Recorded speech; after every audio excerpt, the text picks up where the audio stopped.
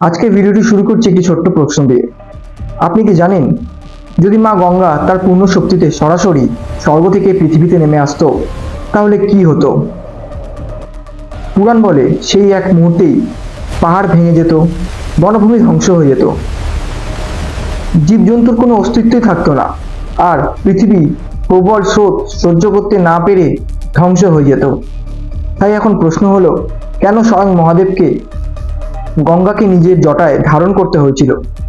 এটি শুধু একটি পৌরাণিক গল্প, নাকি এর পেছনে লুকিয়ে আছে এমন এক গভীর সত্য যা আজও আমাদের জীবনকে পথ দেখায়? আজ আমরা সেই বিস্ময়কর কাহিনীর ভিতরে প্রবেশ করব বন্ধুরা। কিন্তু তার আগে ভিডিওটি হলো শিবপুরাণের পর্ব 5, গঙ্গা কেন শিবের জটায় আশ্রয় নিলেন। এই ভিডিওটি যদি আপনাদের ভালো লেগে থাকে তাহলে অবশ্যই লাইক করবেন এবং চ্যানেলটি সাবস্ক্রাইব করবেন এবং আমাদের সঙ্গে যুক্ত থাকুন। তাহলে আজকের এই পর্বটি শুরু করা যাক। প্রথমে আসি রাজা সাগরের অশ্বমেধ যজ্ঞে। হাজার হাজার বছর আগে সূর্যবংশে জন্ম নিয়েছিলেন এমন এক মহা পরাক্রমশালী রাজা, যার নাম ছিলেন রাজা সাগর। তিনি ছিলেন অত্যন্ত ন্যায়পরায়ণ এবং প্রজাপ্রেমী রাজা, এবং তিনি অত্যন্ত সত্যবাদীও ছিলেন। নিজের সাম্রাজ্যের মর্যাদা এবং প্রতিষ্ঠার জন্য তিনি অশ্বমেধ যজ্ঞের সূচনা করেন। এই যজ্ঞের নিয়ম ছিল অত্যন্ত কঠিন। একটি ঘোড়াকে মুক্ত করে দেওয়া হয়। যেসব রাজ্য এই ঘোড়াটি অতিক্রম করত, তারা যদি কেউ না আটকাতো, তাহলে যজ্ঞকারী রাজার অধীনস্থ হতো সেই সব রাজ্যগুলি। কিন্তু যেখানে এই ঘোড়াটিকে আটকানো হতো, তার সঙ্গে যজ্ঞস্থকারী রাজার যুদ্ধ হবে, যদি তিনি সেই রাজার অধীনস্থ মেনে না নেন তাহলে। কিন্তু এই যজ্ঞ চলাকালীন দেবরাজ ইন্দ্র অত্যন্ত চিন্তায় পড়ে যান। তিনি এই যজ্ঞে একদমই সন্তুষ্ট ছিলেন না। তিনি ভাবলেন, যদি এই যজ্ঞ সফল হয় তবে রাজা সাগরের খ্যাতি আরো বাড়বে এবং তার সাম্রাজ্য আরো বড় হয়ে যাবে। তাই তিনি গোপনে যজ্ঞের ঘোড়াটি চুরি করে নিলেন এবং তিনি সেটি রেখে আসলেন কপিল মুনির আশ্রমে।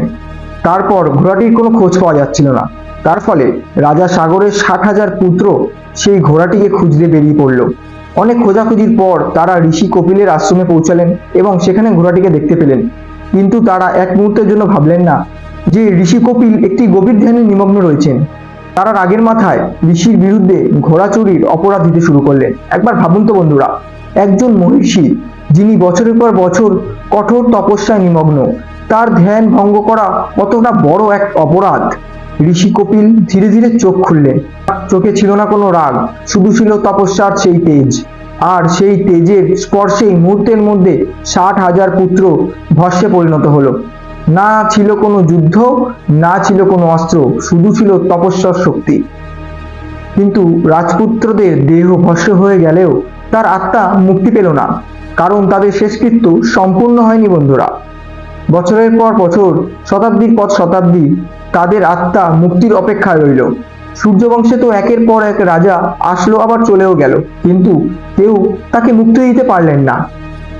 কিন্তু তখনই ইতিহাসের মঞ্চে আবির্ভাব ঘটল এক মহান রাজপুরুষের। তার নাম ভগীরথ।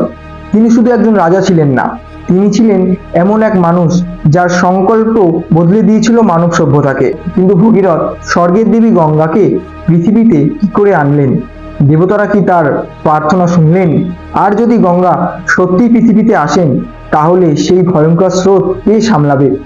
এই প্রশ্নগুলোর উত্তর বদলে দেবে পুরো কাহিনীর মোড়। রাজপ্রাসাদের ঐশ্বর্য, গৌরব কিংবা ক্ষমতার মোহ কোনোটাই টলাতে পারেনি রাজা ভগীরথকে। তার মনে ছিল একটিই চিন্তা, আর তাদের পূর্বপুরুষদের মুক্তি না হওয়া পর্যন্ত তিনি শান্তিতে থাকতে পারছেন না। তিনি বুঝেছিলেন সাধারণ শক্তি দিয়ে এটি করা সম্ভব নয়। তাই তিনি রাজ্যভোগ বিলাস এবং আরামাইশ ছেড়ে গভীর অরণ্যে চলে যান। দিনের পর দিন, মাসের পর মাস, বছরের পর বছর তিনি কঠোর তপস্যায় লীন রইলেন। প্রখর রোদ, প্রবল বর্ষা, শীত কিছুই তার সংকল্পকে ভাঙতে পারেননি। অবশেষে ভগীরথের কঠোর তপস্যায় সন্তুষ্ট হয়ে সৃষ্টিকর্তা ব্রহ্মা তার সামনে উপস্থিত হন।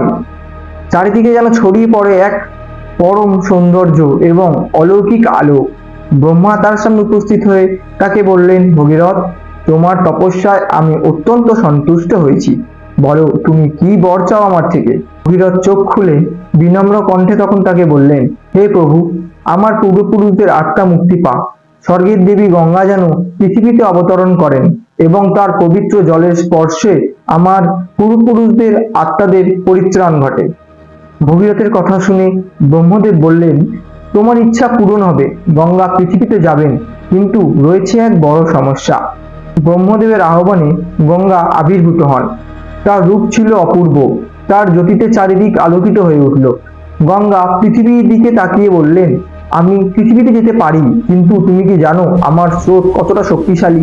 আমি যদি স্বর্গ থেকে পূর্ণ বেগে পৃথিবীতে নেমে আসি, তাহলে পর্বত ভেঙে যাবে, নদীর গতিপথ বদলে যাবে, পৃথিবী সেই আঘাত সহ্য করতে পারবে না, পৃথিবী ধ্বংসের মুখে যাবে এবং মানব সভ্যতা আর থাকবে না।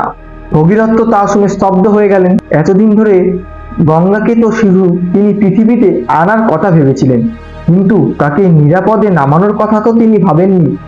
তখন ব্রহ্মদেব ভগীরথকে বললেন, এই স্রোতকে ধারণ করার ক্ষমতা একমাত্র একজনেরই আছে। তিনি হলেন দেবের দেব মহাদেব, তিনি হলেন কৈলাসের অধিপতি, তিনি হলেন পরম যোগী, যিনি ধ্বংসের মধ্যেও সৃষ্টির পথ দেখায়, যার ধৈর্য অসীম, যার শক্তি অনন্ত। ব্রহ্মা বললেন, শুধু শিবই এই অপ্রতিরোধ্য শক্তিকে নিজের মধ্যে ধারণ করার ক্ষমতা রাখেন। ভগীরথ বুঝলেন, তার যাত্রা এখনো শেষ হয়নি, বরঞ্চ তার জন্য সব থেকে কঠিন অধ্যায় এখন শুরু হতে চলেছে। তিনি আবারও তপস্যায় বসলেন।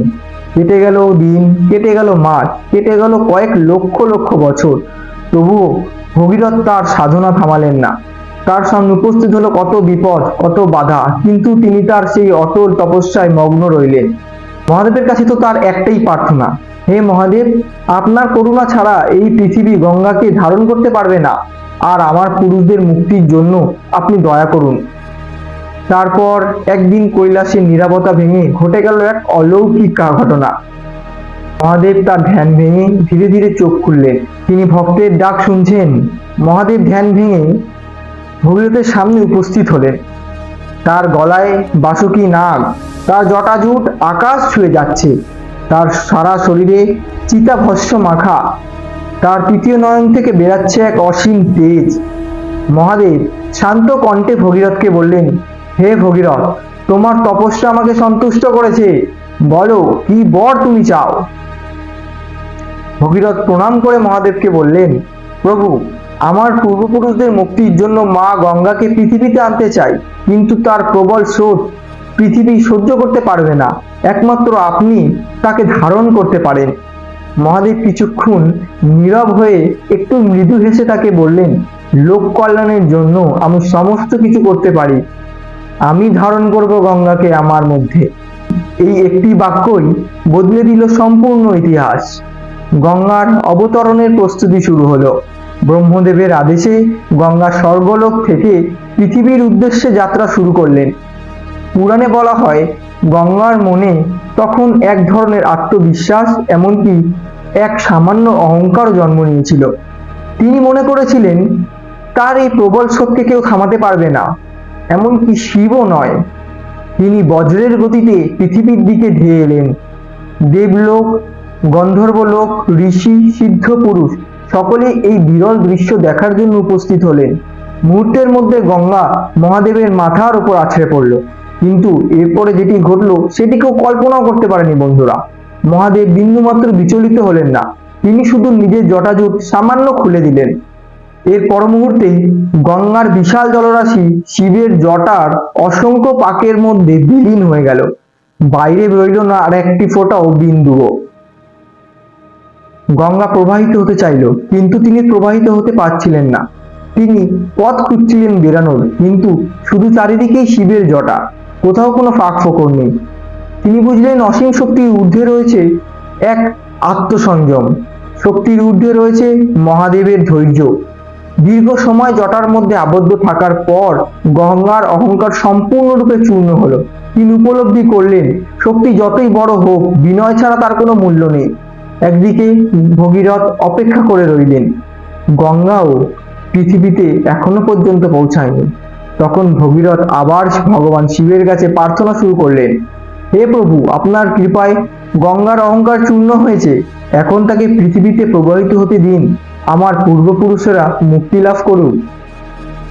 মহাদেব ভক্তের প্রার্থনা গ্রহণ করলেন। তিনি ধীরে ধীরে তার জটার একটি অংশ খুলে দিলেন, আর সেই জটা থেকে একটি নিয়ন্ত্রিত পবিত্র ধারা বেরিয়ে এলো।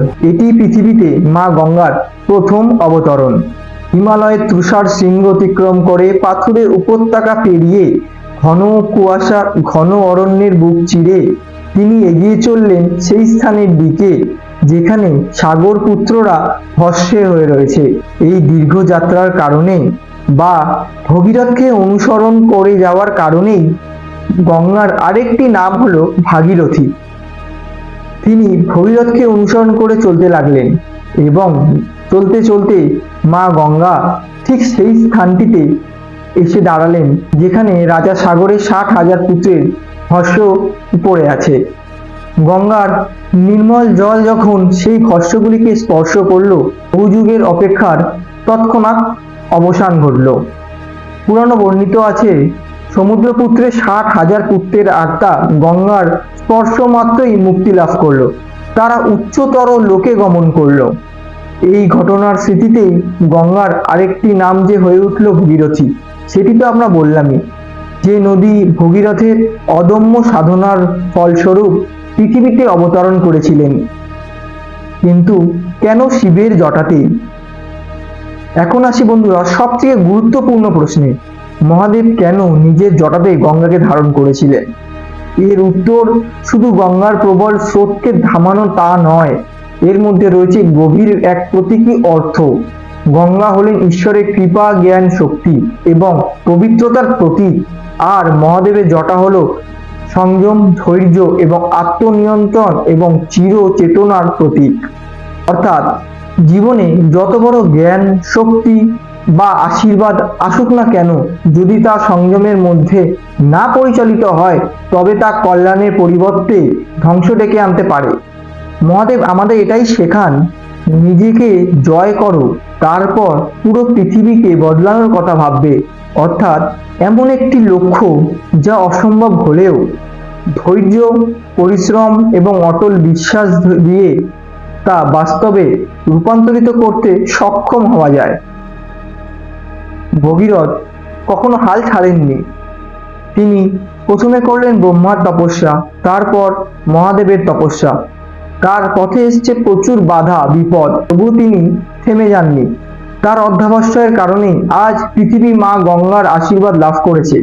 বন্ধুরা, এই কাহিনী 1000 বছর পুরনো হলেও এর শিক্ষা আজও সমান প্রাসঙ্গিক।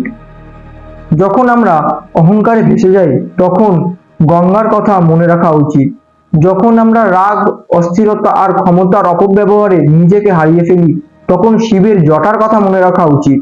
আর যখন জীবনের কঠিন লক্ষ্য দেখে আমরা ভেঙে পড়ি তখন রাজা ভগীরথের কথা মনে করা উচিত। ভগীরথ শেখান অধ্যবসায়, গঙ্গা শেখান পবিত্রতা এবং পরম কল্যাণ, আর মহাদেব শেখান সংযম এবং করুণা।